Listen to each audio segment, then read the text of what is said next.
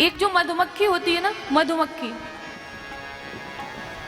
शहद बनाने का कार्य करती है, सभी लोग जानते हो। आपके यहाँ आए थे तो मैंने कुछ स्थान पे ऐसा देखा भी था जहाँ पे मधुमक्खियों को पाला जाता है और शहद बनाया जाता है, मैंने नजर की हुई थी। तो अब आप ये बताइए कि मधुमक्खी शहद बनाती है, लेकिन उस शहद को खाता कौन है? मधुमक्खी खाती है या आप खाते हो? तो उसका तो परिश्रम बेकार गया।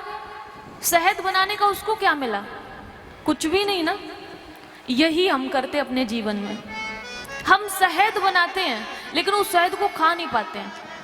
धन कमाते हैं, घर बनाते हैं, गाड़ी बनाते हैं, संपत्ति बनाते हैं, वो शहद ही हुआ, लेकिन उसको हम नहीं खाते हैं।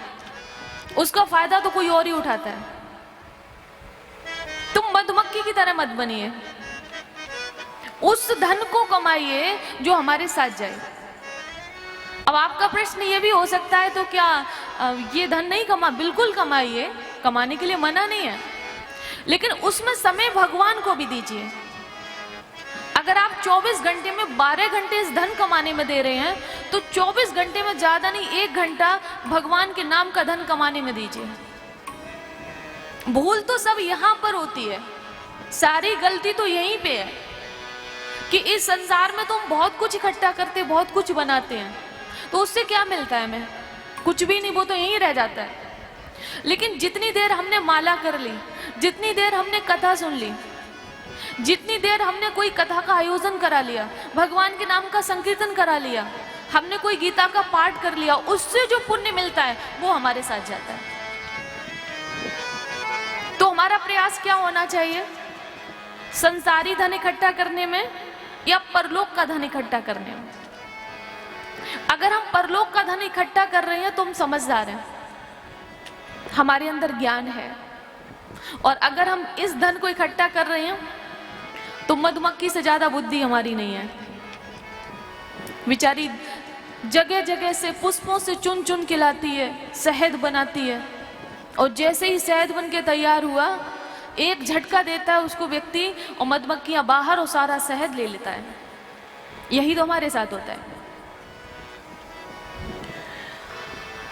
तो सौनक जी कह रहे हैं श्री सूजी महाराज से कि संसार के साधन से मानव का कल्याण नहीं होगा, स्वर्ग की संपत्ति से मानव का कल्याण नहीं होगा। मानव का कल्याण होगा तो केवल केवल भगवान के नाम से, और उस नाम से जोड़ने का काम सिर्फ गुरु ही कर सकते हैं। जब ये भाव सौनक आदि ऋषियों का सूजी महाराज ने सुना कि ये चाहते हैं कि मानव का कल्याण हो, मानव का विकास हो, मानसिक विकास हो, तो उन्होंने एक कथा को सुनाया। छोटी सी कथा है जो हम सभी ने सुनी हुई है।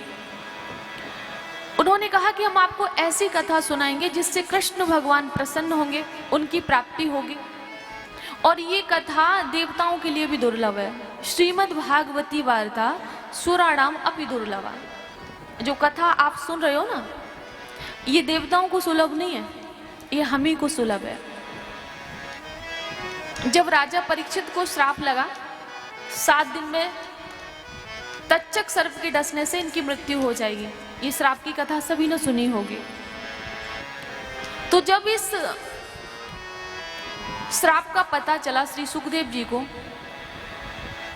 तो वो आए हैं उनको कथा सुनाने के लिए। तो देवता लोग अमृत कलश लेकर आए, ये सूजी महाराज सौनक जी को कथा सुना रहे हैं।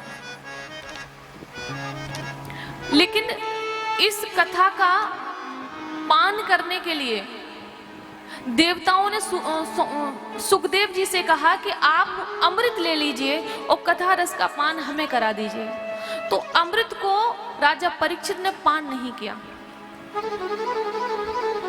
अगर सोचो, ऐसे नहीं समझ आएगी बात। आपको मैं कथा सुना रही हूं, अब आपके पास में अमृत लाके अभी कोई रख दे और आपसे ये कहे कि अगर आपने अमृत पी लिया तो कभी जीवन में नहीं मरोगे, बताओ पियोगे कि नहीं पियोगे?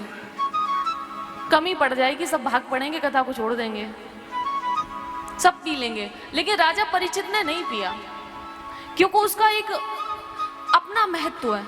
पूछो क्या, अमृत पीने से 1000, 2000, 10,000, 20,000, 50,000 साल उम्र बढ़ सकती है, लेकिन मरना तो भी पड़ेगा, उम्र बढ़ जाएगी। लेकिन जो कथा रस का पान कर लेता वो अमर हो जाता है, इसलिए उन्होंने पान नहीं किया। लेकिन हमको लगता नहीं नहीं अमृत पान करने से ही उम्र बढ़ेगी, नहीं नहीं अमृत से ही उम्र बढ़ेगी। अगर अमृत से उम्र बढ़ती है तो देवता क्यों नहीं पी लेते हैं? उनके जब पुण्य क्षीण होते हैं तो वो क्यों इस धरती पर जन्म लेते हैं? और अगर अमृत इतना बड़ा है तो वो अमृत कलश लेकर क्यों आए? उन्होंने श्री सुखदेव जी से क्यों कहा कि अमृत परीक्षित को पिला दो, कथा अमृत हमको पिला दो? उन्होंने क्यों कहा अगर अमृत इतना बड़ा है?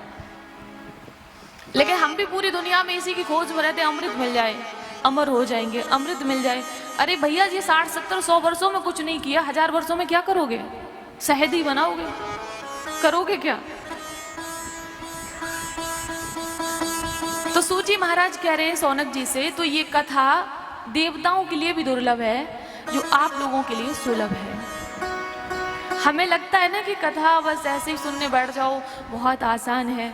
जिन्होंने कराया है उनसे पूछो ये आयोजन कैसे होता है, और जो कथा कर रहा है उससे पूछो कि कथा कैसे होती है।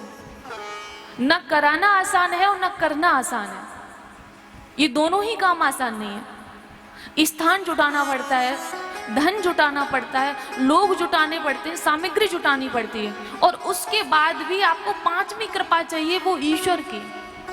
सब कुछ जुटा लो, अगर ईश्वर की कृपा नहीं होगी ना तो कथा संभव नहीं है।